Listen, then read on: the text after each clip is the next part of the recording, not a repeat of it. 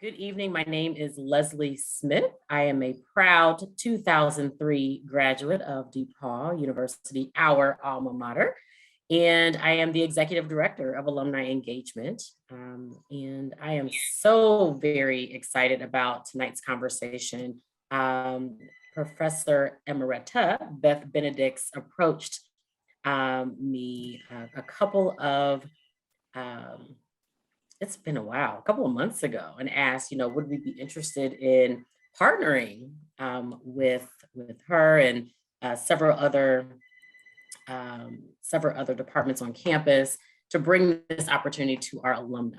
So Joel and James, were the director and producer of Man on Fire, were actually on campus just a couple of weeks ago. I had the opportunity to meet Joel. And so now we are bringing this virtual alumni college to you. We are recording this this evening, so that way those that were not able to attend live can view this at their leisure. So without further ado, I'm going to turn it over to Professor Emerita Beth Benedict's. She taught world literature, religious studies, and community engagement during her time at DePauw.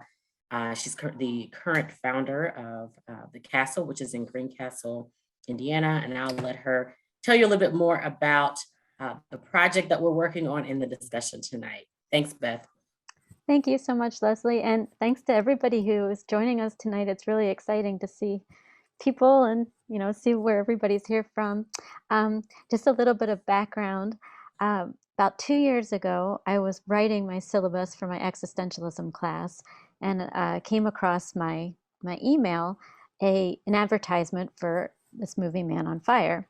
And it's very rare that I ever actually open up those emails, but I did this time, and it really truthfully changed my life. I opened it, I watched the trailer, and it was absolutely sort of spellbinding and compelling. And I said, if this isn't existentialism writ large, I don't know what is. So I contacted Joel immediately. They were so kind to have an email address on the email that they sent that we could actually get in contact with them. And so I contacted them right away, and I said, I have to show this film to my class. Joel responded, and he said, well, I think DePauw already has it. You can stream it on Canopy, but he said, I would love to Skype in with your students if that's appropriate. And it was just the most wonderful conversation that we had. And I was just so struck by how just the style is just so non-intrusive and so humble and so without ego, and so much about letting other people tell their stories, that I was just captivated by it. So not only did I have them come to my class, but the nonprofit that I founded and directed, I founded about 11 years ago, works with public schools in Putnam County to create a culture of really high energy, relevant learning.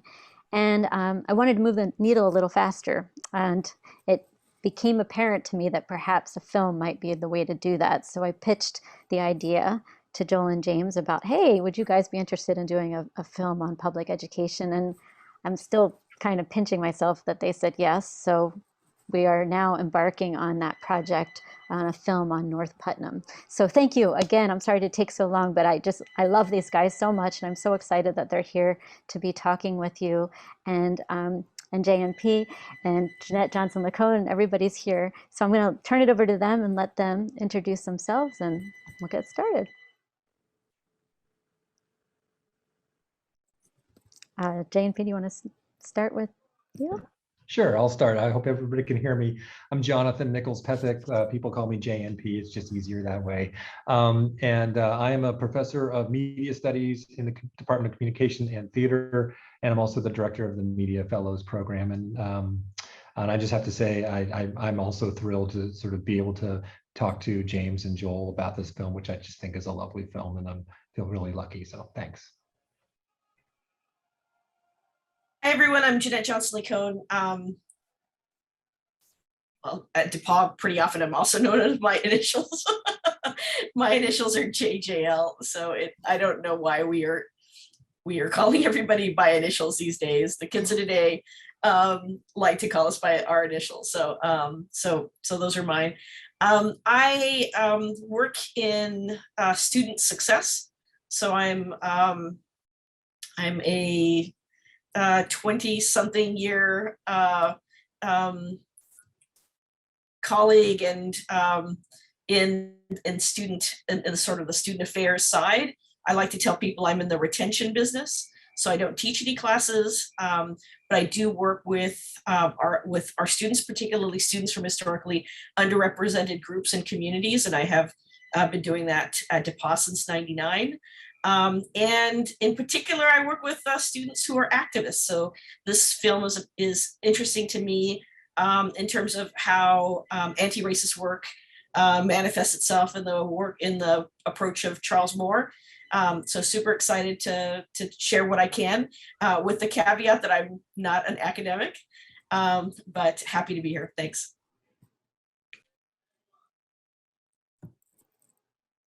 James and Joel, you guys want to introduce Oh, yourself? go ahead. Go Sure. first. So, hi, I'm Joel Fendelman. I'm the director of Man on Fire. I am a filmmaker. I've made a number of films over the last 15 years, documentaries and fiction films, and actually made this film when I was in grad school at University of Texas, get my master's, and had met James there through a neighbor of mine's partner who knew James and was like, oh, James wanted to make this project and wanted to connect with a filmmaker to do so. And that's where it started. And I'll pass it over to James to carry on that story because it was our first connection there. Yeah. So James Chase Sanchez. I don't go by my initials, so not JCS. I am a producer on Men on Fire, and I'm an assistant professor of rhetoric at Middlebury College in Vermont. So yeah, Joel and I connected when he was in Austin and I was at TCU in Fort Worth, and I'd been writing a dissertation on a person, Charles Moore, who self-immolated in my hometown of Grand Saline, Texas. And I was already interested before this took place in the idea of protests. We're in the middle of the Black Lives Matter movement and extremism. So having this minister willingly light himself on fire for a cause, especially in my hometown where I knew of the racist legacy in my hometown, really, I mean, it shocked me, and I knew I had to do something about it. So I was fortunate to be writing about this when a mutual friend connected me and Joel. And you know, when they first asked me, they were like, "Hey, I know a director looking for a project. Would you like to talk to him?" And at first I said no because I wanted to make a film. And then I went home that night and I'm like, I don't know how to make a film on my own. Like, what am I talking about? So a November day in 2015, Joel and I connected and we started production in 2016 and finished everything over that next year. So we're so glad to be here this evening chatting with you all. Thank you so much for having us.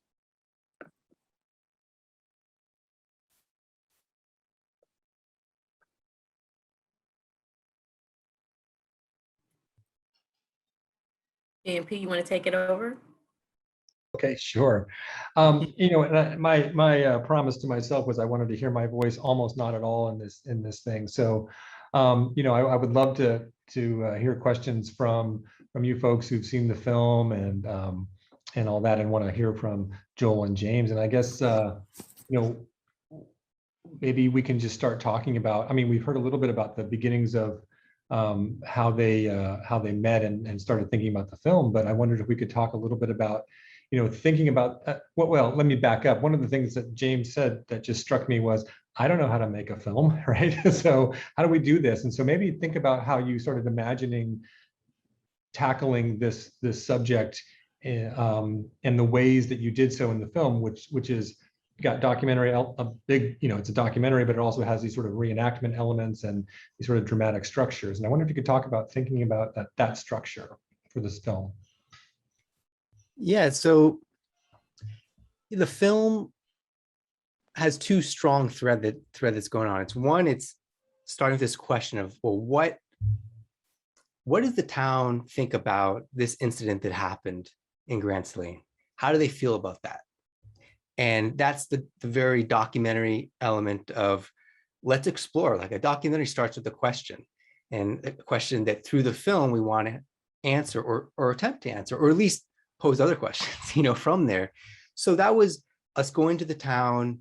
We went there 6 or 7 times, spending 4 or 5 times each time, and just interviewing as many people as possible, and exploring that question of, or the questions of, how does the town feel about this? Is the town racist? Is these stories, the folklore, is that, how real is that? Where does that land? And that was, so that exploratory element.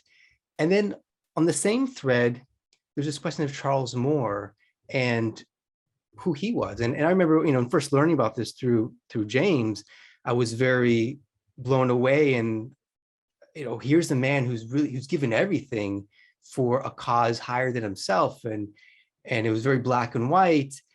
And then in the exploration, I know James and I always kept looking at each other, and it got so gray in this very complex individual who I still admire in many ways, but realize he's more human than we first saw him as. And so that was like, how do we show this person who's not alive? There's no archival footage of him. But we want to give a sense, a human sense, a feeling to him, so you can identify that he was a person and not just an idea. So that's where the reenactments came in. And it was casting an actor who I'd worked with before, who looked kind of like Charles Moore. And before we filmed, he had this very beautiful head of hair, and he was totally open to shaving it, to graying it, to balding it, all that. And he was just into it. So, and we just filmed the idea was to film the last day that Charles Moore lived, and what that day looked like, and to thread that in a parallel story that would come to a climactic moment of answering or giving some sense of answer to the questions that we were asking in the film, and also his final choice of self-immolating as this climax in the film. And yeah, I would add to that, one of the more contemplative aspects of the film that Joel and I often talked about while doing interviews and focusing on the reenactment was what would lead us to give up our life for anything. Now, that of course comes from the basis of Charles Moore not being quote unquote crazy, as many residents in Grand Saline see him. I was fortunate to have met with Charles Moore's family before filming with Joel. I went through his archives. I saw his last notes he'd written out, etc. There's no indication of any other sort of mental illness discourse. So thinking of Charles Moore as a rational person, choosing something that many of us would view as very irrational, that stuck with me and Joel. What would lead us to do something like that? And that was with the film, with the reenactments. That was clearly the driving force of tension within the reenactments, was trying to figure out or have the audience think about what would lead them to do something like this as well, because it was a moment that Joel and I often thought about throughout the film or throughout the filming process. So yeah, I think that goes to just sort of answering that a little bit. Thank you. There is a question that came from one of our alums, Ruben Patino. And I'm probably going to have to paraphrase this a little bit. I could read it out, but at some point, someone talked about having deep conversations. If this is necessary to have deep conversations, being able to rub up against one another. But and instead of and needing to sit with this knowledge. And I'm wondering, so the question is anyone concerned that this man on fire makes it the easier thing to do in our attempt to move past instead of sitting with it? So I was kind of thinking about that notion. And maybe Ruben, if you want to sort of explain that a little bit. But I'm also thinking about this notion of sitting with it versus sort of putting it over here and moving past it, whatever it is, right? I think I can go ahead and start explaining that the way that I see it. In some sense, when we think of protest, I mean, I think that was a big part of contention within the film, is that some people viewed it's easy to dismiss such an act of extremism as this is just a crazy person. This is someone just out there, yada yada, however they want to talk about it. However, I think once you sorry, I lost my train of thought there for a second. So as many people in the town did dismiss it. They would often argue like, oh, if you wanted to protest this, wouldn't it have been easier to march up and down the town, have a sign, hold a rally, etc. Which, of course, I think we could all talk about the efficacy of doing such an act. However, you're marching through the town, you probably aren't going to have a documentary made about you. If, the legacy of Charles Moore, arguably, we could say that there isn't another protest act he could have committed that would have had such a lasting legacy. There's a book about Charles Moore. I just published a book dealing with my experiences in the hometown and Charles Moore. We have this documentary, and walking downtown with a sign isn't going to do that. So in some sense, yes, I think it does make it easier for people in the community to move past it. However, the legacy of it exists today simply because it was such an extremist act. It's kind of a parallel to when we look at just the grander scale of racism in our country, and we want to move past, we hear that a lot, right? We want to move past slavery or these type of things that, isn't that from the past? Let's move on. And we decided to put Jeff Hood at the end with that statement because Grand Saline is just a microcosm of what's larger going on. And we all have Grand Salines in our backyard and really in ourselves in some way. And so Jeff Hood in putting that at the end is saying, it's not in the past, it's still right. We have to sit with this. We have to deal with this before we move on. If we don't deal with it, then people just want to move past things. We have to deal with it. And that's the only step we can go on from there. And I'll just say one thing, because I saw also in the chat about his eyes, about the actor's eyes. And I'll just say that Ron Branton, who acted in it, we learned on the second day of filming that he had been fasting for 3 days. And just to give you a little backstory, Charles Moore did a 14-day fast, I believe in the 90s, as a protest against the Methodist Church to bring more awareness to homosexuality and allowing that group into the church. And so he read up all on Charles Moore history and decided to get in character. He was gonna partake in a fast. And if he told me that before, I probably would have been like, no, don't do that. But I will say truthfully that I'm happy he did do it, because it was there was no like dialogue. It was just this, really. That was his 3 days of scenes, was seeing his eyes. And how do you get there? And he really, I think he got there. So I appreciate you mentioning that. And I'll send him an email later that someone recognized that commitment. I was curious to find out if other folks who watched this film, if this brought up any memories of Russell Compton, because I was lucky to know Russell in his sort of role here at DePauw after he retired officially from teaching, because of his work with the Compton Center. and particularly with helping to create activists whose activism was rooted not only in faith traditions, but in other traditions.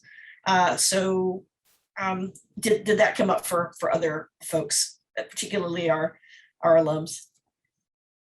Hi, my name is Rick Farrell. I live in Norwich, Vermont. I'm a member of the class of 1965. A couple of people I recognize here. I knew Dr. Compton, but I did not study with him. Hi, Ann.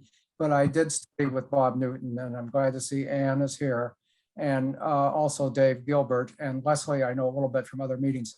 Hi, Dave. So I'm an emeritus professor of psychiatry at the Geisel School of Medicine at Dartmouth College. And I grew up in Indiana, and I just wanted to make a couple of comments. One is, I hesitate to say this, but when you introduce the idea of psychiatric illness as an explanation for personal violence, it might or might not be correct. And jumping to the conclusion, well, he must have been crazy, is too facile. There's also another concept that's useful here, which is the concept of moral injury. And I just watched the movie this afternoon. I've never seen it before. It's a new story to me, but I felt that Reverend Moore was suffering from moral injury, and that if I were going to characterize something that drove him to this action, it would be that more than some kind of psychotic illness or something like that. Another thing I wanted to just say, and then I'll try to be quick about this. I don't want to just tell personal stories, but when I saw this, I thought, well, this could be also any town in Indiana, except for the dramatic event that happened. I knew lots of towns like this in Indiana. I grew up in Indiana. I had relatives all over Southern Indiana. In 1960, I went to Purdue University as a student in a program of the National Science Foundation. I was there for 6 weeks, and my roommate was a guy named Kyle. He became a physician later. He was from Fortville, Indiana. Fortville is a small town in Hancock County. It's near Greenfield, those of you who have up on your Hoosier geography. I went to Kyle's house and stayed with him and his parents. He told me that no Black person could stay overnight in Fortville, whether this was by town ordinance or cultural something or other, or just the police did this or whatever, but it was like Saline. It was the same kind of thing. And then I'll tell you one more story and then I'll be quiet. In my family, there was a man named William Oliver. He was a white man, of course, and he was a kind of precocious politician in the 1920s. He was the mayor of Franklin, Indiana, in Johnson County, where Franklin College is located, college town, just much like Greencastle. And he then was elected state auditor of the state of Indiana. He held statewide office. He was 24 years old. He was a prodigy, political prodigy. In the by-election of 1922, he was running for re-election as auditor. He was a Republican, as was everybody in my family. He opposed, however, Ed Jackson, who became the Klan governor of Indiana, if you know your Indiana history. And the Ku Klux Klan in Johnson County took on Uncle Will. He's a great something or other uncle of mine. I can't count the greats, but he's a relative of mine. And they attacked him by tying, this was in the disinformation era, which we now see again in our country, regrettably. The Klan tied notices around bricks and threw them on the porches of the residents of Franklin, Indiana. And what they did, they didn't accuse him of being a Black sympathizer or something like that. They accused him, you might remember, that the Klan in Indiana was anti-Black, but it was also highly anti-Jewish and anti-Catholic, even more so than in the South. Ann's nodding her head, she knows this history.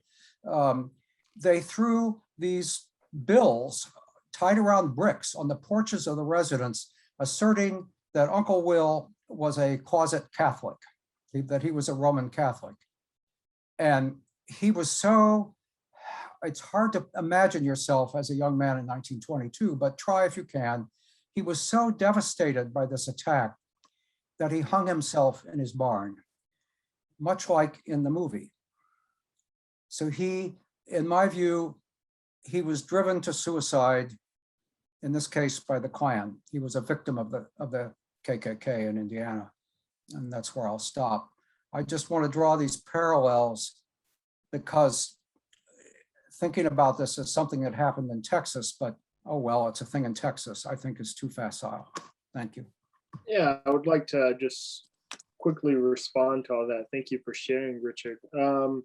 You know, a few things. One is you're right as far as the conversation about Charles Moore. And of course, as documentarians, our goal is to show how people feel, right? So the discourse in the town being that he was quote unquote crazy, even though we absolutely disagreed with that, was something that was important to demonstrate in the film, and hopefully have other audiences coming away with a different interpretation, or at least have them challenge their interpretations of how they feel about Charles Moore. And you know, I think I will just say quickly, so through my dissertation, I did a lot of research on self-immolation, and I'll just say a couple of things. Like, one is from 2009 to 2016, someone self-immolated every 12 days around the world as an act of protest. We see this in Tibet, of course, in protests of the Chinese rule over the Tibet Autonomous Region. The Arab Spring in Tunisia, Mohamed Bouazizi, many people view his self-immolation as the catalyst for the Arab Spring. We've seen it in European countries, we've seen it in other places in Africa, India, etc. It takes place quite often as an act of protest. However, in America, when we often write about this discourse in our media, be it the New York Times, Washington Post, however we want to frame it, it's always framed as very well understood when it takes place in often Eastern countries. However, with the self-immolations that have occurred in the United States, David Buckle, who self-immolated in Prospect Park in New York City in 2018 to protest climate change. There were 2 self-immolations to protest the election of Donald Trump, one that took place outside of the Trump Hotel in Washington, D.C. the day before the inauguration. I highly doubt any of you have ever even heard of that. It's because in America, when it happens, we automatically say, well, what would be so bad for it to take place here? Therefore, these people have to be crazy. We can understand why it would take place in a place like Tibet or India, but when it takes place in our own home, the discourse immediately goes around mental illness, which is absolutely a problem. Lastly, I would say with what you're saying about Indiana, you know, there's a wonderful book by James Lowen called Sundown Towns. He was a professor emeritus. He actually just recently passed at the University of Vermont, UVM. And, you know, I think the South, obviously, when we think of Jim Crow era, the Jim Crow era, we have a lot more of the explicit racism, the explicit bigotry and laws in the South. But the Midwest was actually where most sundown towns existed. They didn't exist as much in the South simply because of Jim Crow. You didn't necessarily need them. So places like Indiana, Michigan, Ohio, Iowa, you'll see a lot more sundown towns having been there simply because you didn't have the same sort of explicit racist sort of policies enacted at the time. So what you were saying about your home life and growing up in Indiana, I would say that that seems to be a very common occurrence in many Midwestern communities. I can report from the time that Bob and I moved here in 1956 for him to begin teaching philosophy and religion at DePauw. We were, well, Richard knows the whole Pi Phi thing that DePauw went through, the broken arrows, and Yes. took the girls over to Brazil, Clay County, so they could talk to the judge over there because there were all kinds of threats against them. They wanted to have a Bennett College student come and live in the dorm. This must have been what, 1964, Richard? Yes, yes, correct. And then my daughter married an African-American pediatrician, and after they had been in Dallas for several years, they decided to move home because they had a child, and Beth wanted that child to be in tribe, she said. She felt like she couldn't raise a child by herself, a biracial child in Texas. So they moved home, and Danville was one of those sundown towns. Danville is the next town over in Hendricks County. And we were told that Albert would never find a job. Well, there was a doctor over there who was a pediatrician and who agreed to have him in his office. And then Dr. Black had him in his office here. He spent most of his time in Danville, though, and was told that he had to be out of town by nightfall. Now, this is 56. No, they moved here. They came here in 64 and continually worried that they were going to have a cross burned on their property because they lived here in town. And he was refused service in stores. He would go in to buy things at different stores and he'd be refused service. So that was 64, 65, 66 when Bob was involved with all this other stuff too. And I think people can do those kinds of things, self-immolate, when they feel so deeply the pain that other people are feeling. And that's the sense that I had of this minister. It was almost like he was rubbed raw by the things that he saw other people going through. And I know that feeling from having the children come here, because when they were in school in Greencastle, somebody said that's a mistake. It's too conservative a town.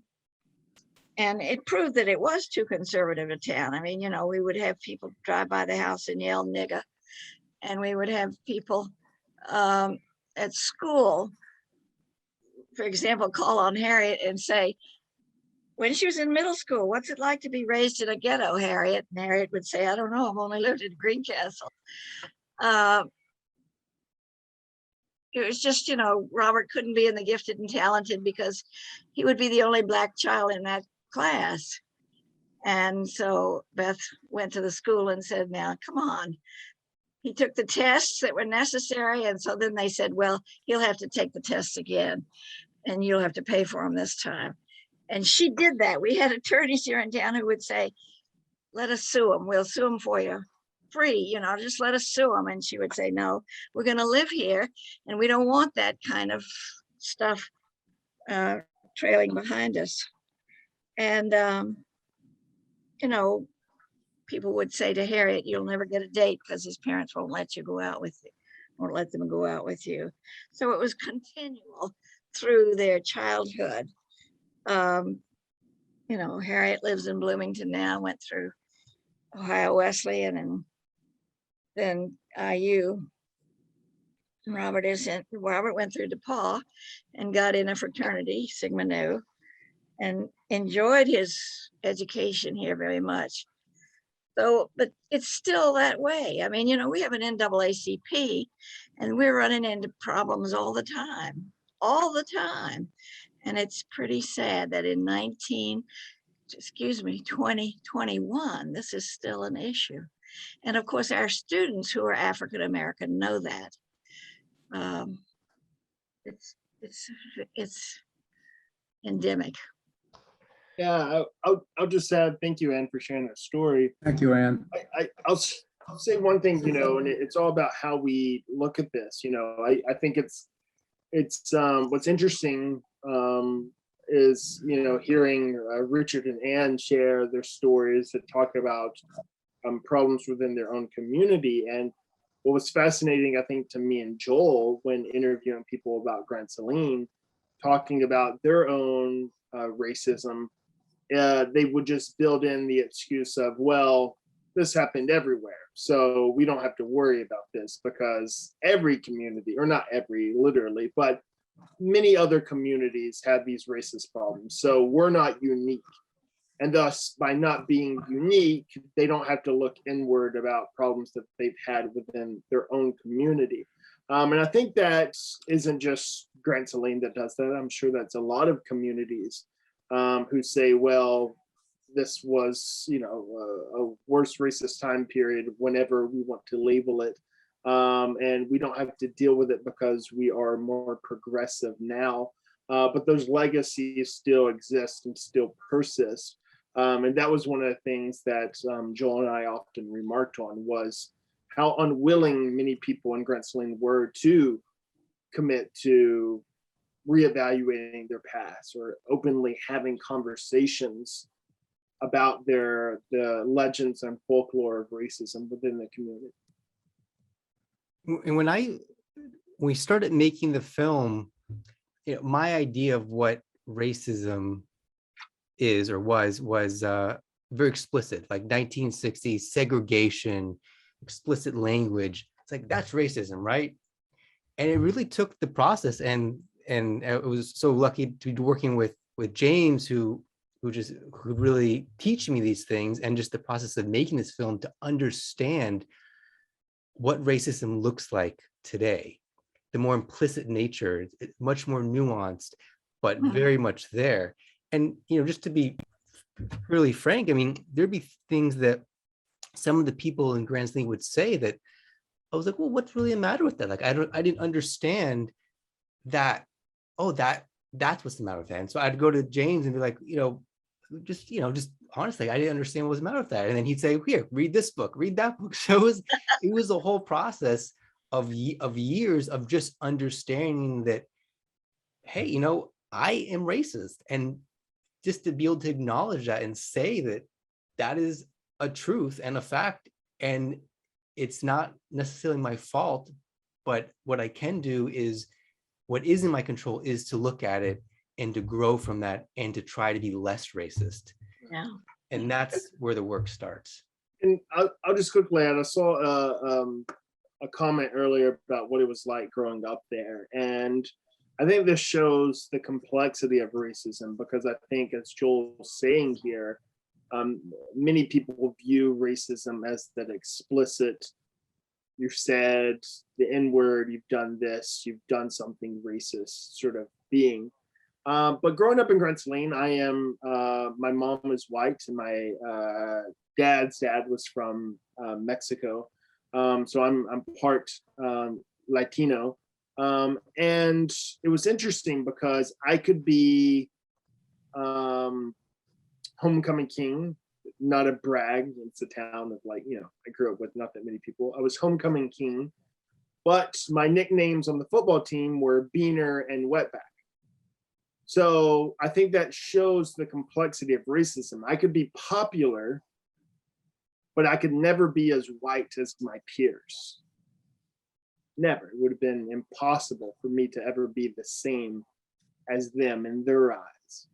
And this racism, which was it was all forms of racism against all races, but at the top was absolutely an anti-Black racism.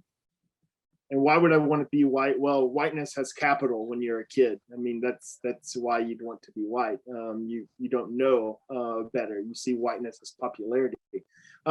So it was lost my train of thought there again. So I was taught this anti-Blackness, and it very much was going out into the world after leaving Grand Saline and realizing I was afraid to tell people around Texas. And when I went to college over an hour away, I was afraid to say where I was from, because I knew of the legacy of what that town meant, what it symbolizes to others, especially in the Black community.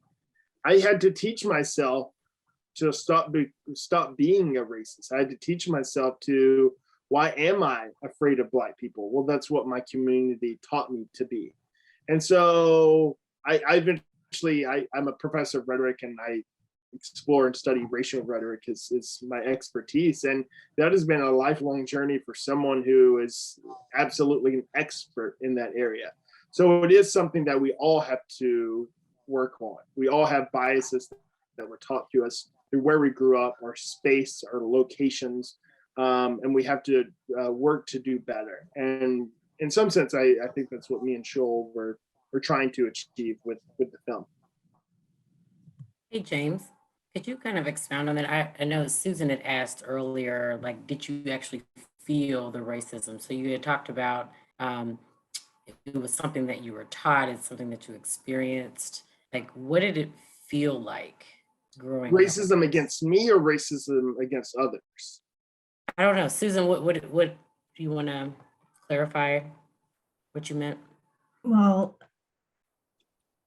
It could be both. I can talk about both. yeah, Okay. obviously, what the racism against Blacks. Yeah. Well, it was very clear that there was a racial hierarchy in Grand Saline, and obviously, white people were at the top and had all the capital as far as popularity is concerned. You know, I moved away from there when I started high school or when I started college, so I've never lived in the community again. So it's very clear that there was, I think someone posted, there's a 1% Black population in the town. I don't think that's accurate at all. I'm saying I do not think that figure is accurate at all. I've been in that town. I know people in that community. I think there are some half Black children who live there. I do not know of a single Black family that lives in Grand Saline. And I've reached out to people because I've seen those statistics as well. And I have never heard of, no one can name a Black family in the town. So I have some questions about that. So it was very clear as someone, and I felt a little bit in the middle, right? Because I'm Latino. Sanchez is my last name. I couldn't speak Spanish, so I felt a little bit outcast from other Mexican Americans in school who often communicated in Spanish. I was big. I was a good football player in a place where football is king, right? So I knew how to assimilate in some aspect. And so I was able for a lot of the racism to rub off, to not have too much of an effect on me, simply because I was quote unquote popular, right? However, because I existed in this town and understood the racial hierarchy, that racism towards Black people who we did not go to high school. There was never a Black student who went to my high school when I was there or who was in school when I was there at any age. But when we played other teams in football who often had a lot more noticeable Black communities, the racism would very much come out. There was racist legends that Black people had extra muscles in their legs, and that's why they were faster runners. Like just stuff like that. And that was said by a coach. That wasn't expressed by students. I think what angered me once I left my community was not that students participated in this, because kids will be kids. That doesn't necessarily mean they don't deserve any blame. But I remember all the adults who either propagated it or sat in silence of it. And I blame all of them for allowing this racist culture to exist. One just little small anecdote. When I was a first year and sophomore in high school, the football team slogan, we would have our pep rally in the gym. And, we would be there for football games. We'd have a pep rally. It'd be all the students, teachers, coaches, family members in the community. And our chant would be, at the end of the pep rally, the football team would chant, "We're all right because we're all white." Oh my. Well, that wasn't true. I mean, a quarter of the team was probably brown in some sense. But I think back and I'm like, oh, kids shouldn't say that, of course. But then I think back of all those teachers, all the staff, all my friends' parents. None of them ever said anything about how that was wrong. None of them.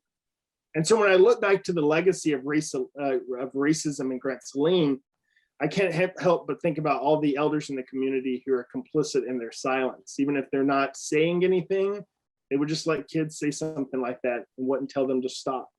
And that's a real problem. Yes, yes. I guess this is one of the reasons why the Charles Moore story troubles me, because I think about what messages will our students take away from his strategy, from his anti-racism strategy, and from my perspective, working with students, doing anti-racist work as well as other kinds of activism. Suicide just isn't a sustainable strategy for this kind of work. Like, it's not. I want folks to stay engaged and to keep showing up. And that's not what happened here. I think this is why I keep going back to my early interactions with Russell, because Russell Compton was not a nihilist. And I think that at least my interactions with him, his affect was one of hope and engagement, and that is a strategy and a legacy that I want to cultivate with students. There are 3 things that I typically will tell student activists when they're struggling. I tell them it's better to be effective than right. I tell them it's not about you, or it's not just about you. So they get a sense of the context and the history. And then I tell them, and I tell myself, keep showing up. And that sustained engagement is what will get us to a better place. Someone mentioned Vernon Jordan in the chat, and one of the highlights of my professional career here was getting to meet Vernon Jordan, and particularly listen to his speech about clearing the rubble. I think that's available online. I'll try to find it for you and link it to put it in the chat. But what he said was our life's work was dismantling racism and clearing the rubble and engaging with it and keeping, continuing to do this. And the work of activists should be in capacity building. And I also want activists, and this is something I say to our students a lot, is to work on changing the narrative and finding ways to be engaged with that narrative. So let me go see if I can find that link for you all. Takes a lot of courage, though. I remember going to school one day before school started with Harriet and her little friend, Nick Steele's granddaughter. And they both approached the teacher that they'd had the previous year. And she didn't even see Harriet. She took this little girl the other little girl in her arms and hugged her tight and said, "Oh, it's so good to see you." And of course, Harriet was standing right there beside me. And I finally said to this teacher, "Harriet needs a hug too." And she looked at me like, "Oh, Harriet's here." Like she hadn't even seen her. And I think to show up every time everybody looks through you is very, very difficult. It takes a lot of courage. Of course, they both are still showing up, so I don't know. I would, Jeanette or JJ, I can't see your last one, JJP. I can't remember what it was.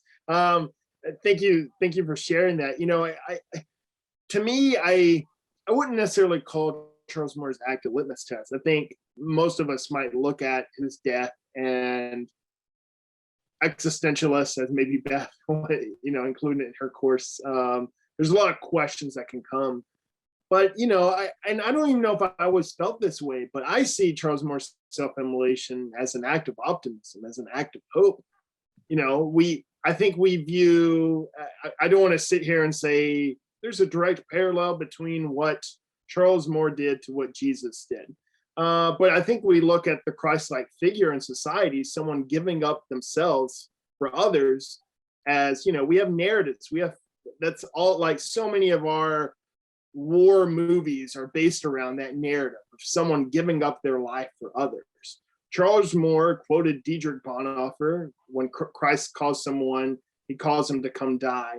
And at the end of his letter that he left to Grand Saline, called "Oh Grand Saline, repent of your racism," he said he wasn't giving up his life out of anger for the community, but in hopes that someone could feel that love and want to help change the community, a community he desired so much to change. So when I view his death, you know, I think it's real easy for us to look at it and be like, oh gosh, it's clearly very dark. But I think there's a lot of optimism to see there if we expand our views of how we think of life and death, because I think Charles Moore went out hoping that he could create change. Now, as someone who teaches race rhetoric and protest, I'm never going to be like, yeah, let's advocate for self-immolation. No, of course not. That's not a smart move at all. But I think we can find some optimism hidden between the surface that we wouldn't necessarily see. It was one of the things that James and I talked about a lot during the production was, and it kind of baffled me in that, so Charles goes and self-immolates. Okay, I could see that makes, I could see some level of train I thought of to get it, that attention and that can cause change, but he does it in a parking lot in the middle of nowhere.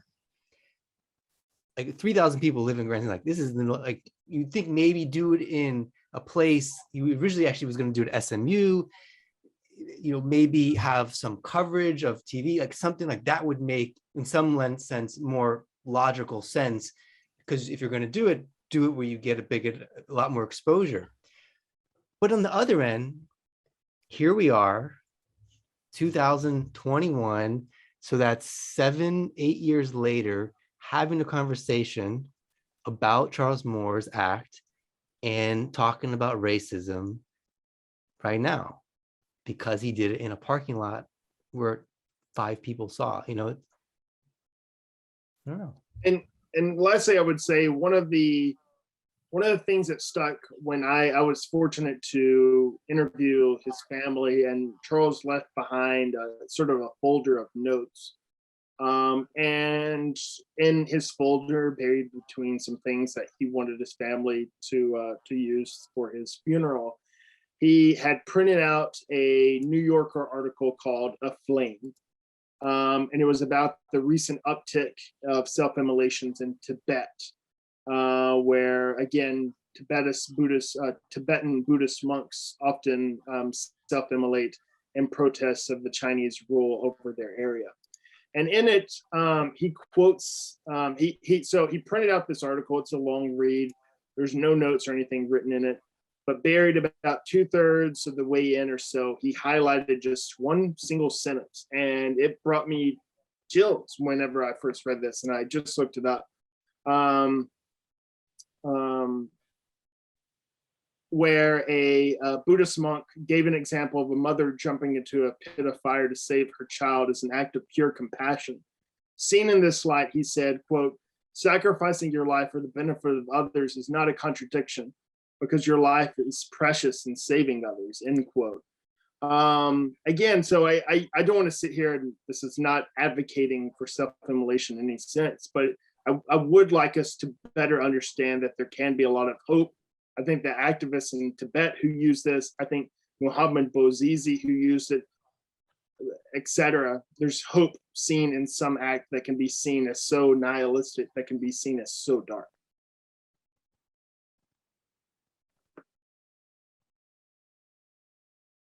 What change did he affect in the town? Yeah. Zero.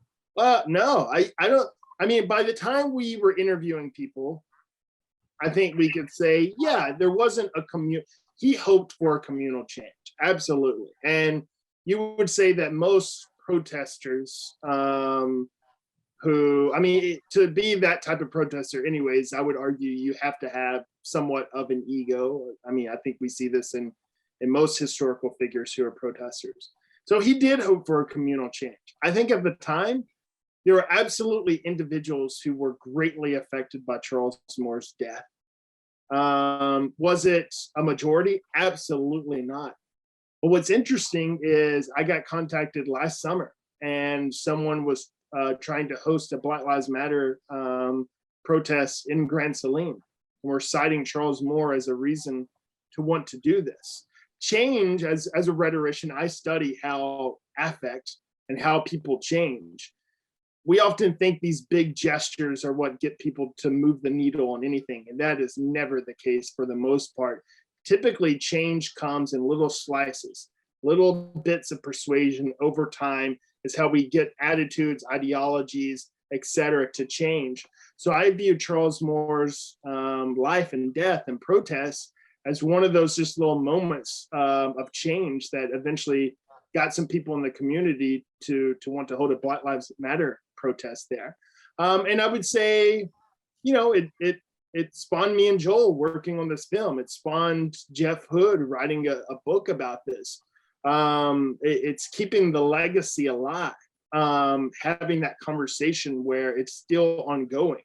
Had he not committed this act, we wouldn't have been talking about this here tonight, right? So again, if there's one thing, people listen to this, not advocating for self-immolation, but I think we can find good even in the worst or the most dark of our acts. I actually think that's a great way to end. Thanks. I was reflecting on that quote as well at the very beginning when he talked about being called. And I do not personally condone self-immolation, but it has us talking. And I just want to say thank you to James and Joel for, go ahead, James, go ahead. Oh, I would love to have one just small anecdote about how this changed me in a relationship. Sure, go ahead, please. My grandfather on my mom's side's white, and he grew up near the Grand Saline area. And when we started working on this project, me and Joel, he couldn't understand it. Why is this person someone important to talk about? Racism to him was something of old. He didn't care about it. So there would be, and he still lived near the area. So there'd be so many times we would come back to film, we would talk to him about it. That was it. Joel and I were fortunate to have a public screening in Tyler, Texas, which is about 40 minutes away from Grand Saline in late February of 2018. My grandfather actually passed in October of that year, but he came to the screening. He was always at my football games. He was always just pro me as much as he could be, even if he didn't fully understand why I was interested in something like this. And I remember at football games, I would always, after the game ended, before I would go see anyone else, I always sought out my grandfather. He was 6'5", 250 pounds. He was, this massive guy who had these wide arms. But when and I'm a big guy, I'm 6'2", and he could just swallow me in his arms, and I could feel the love. And so after that film, after our screening, and we did our Q&A, I found myself, again, just wanting to go up to my grandfather and chat with him. And I remember going up the stairs and seeing him with his arms wide, and he brought me in and held me close. And all he whispered to me is, "I get it now. I get it." And we think about effect and change. And there's so much I want for this project and Grand Saline and others to be moved by it, but to have my grandfather affected by it and to understand it was the most beautiful moment, one of the most beautiful moments in my life. So I just always like to end with that, to share how the projects we work on as individuals, as Jeanette was talking about, dealing with student activists, they have great change, not only for our communities, but for the people we love as well. That's good. Excellent, excellent, excellent, excellent. Again, James, Joel, fantastic. I told them before we actually went live that I was like, this needs to be like on TV somewhere so everyone can have access to the film. It was well done. We appreciate just you being with us here this evening for reopening the DePauw classroom. These are the types of conversations that our students are having on a day-to-day basis, not necessarily just about this topic, but they're having difficult conversations. That's what the liberal arts education is all about. I also wanted to say thank you for just acknowledging that, Grand Saline is a microcosm of what's happening in our nation, across the world, in small towns and large towns across the world. I live close to Martinsville. I know that someone had mentioned, I think it was Courtney, had mentioned Martinsville, and I think Ruben mentioned Martinsville. And so I just really, really thank you for shedding some light on an important topic. Also, just for everyone, you will receive a post-event survey tomorrow morning. We would appreciate as many of you to complete the survey so we know what you enjoyed, maybe some additional topics that you would like to hear from. James and Joel, I don't know if there's ways that individuals, if they want to maybe host a conversation or host a viewing party of their own, is there a way that folks can get in contact with you directly? Yeah, our website, manonfirefilm.com, has links on there for host of screenings and other links for other ways to view the film from there. So yeah, please check that out. And Jewel and I are both online. You can easily find our emails Yeah. and stuff. So if any questions, thoughts, anything like that, do not hesitate to reach out. And they're pretty cool to talk to too, as you can see. And then last but not least, I invite you to just continue to stay involved. We are grateful for your attendance tonight. We invite you to give up your time, your talent, your treasure. This is your time. You're spending some time with us, whether it be attending events, whether it be volunteering, mentoring a student, talking with students, and of course, giving of your treasure. Events like this, sometimes they do cost. We also have opportunities for scholarships for our students. So just visit that website, see how you can continue to be plugged into our alma mater. We do have some upcoming events. This weekend is Family Weekend. We have over 500 parents and students registered. Old Goat Weekend and Dr. White's inauguration is coming up September 30th through October 2nd. Athletics Hall of Fame weekend is happening November 5th and 6th, and then Monon will be at Wabash November the 13th. So yes, so we are very excited to just really, really get back into the swing of things. Please be safe out there, and we will see you on campus or on screen very, very soon. Again, thanks, Joel and James and Beth. Thanks for bringing this to DePauw. So have a great night, everyone. Thanks, everybody. Good evening, everyone. Thank you. Thank you so much. Thank you. Appreciate you.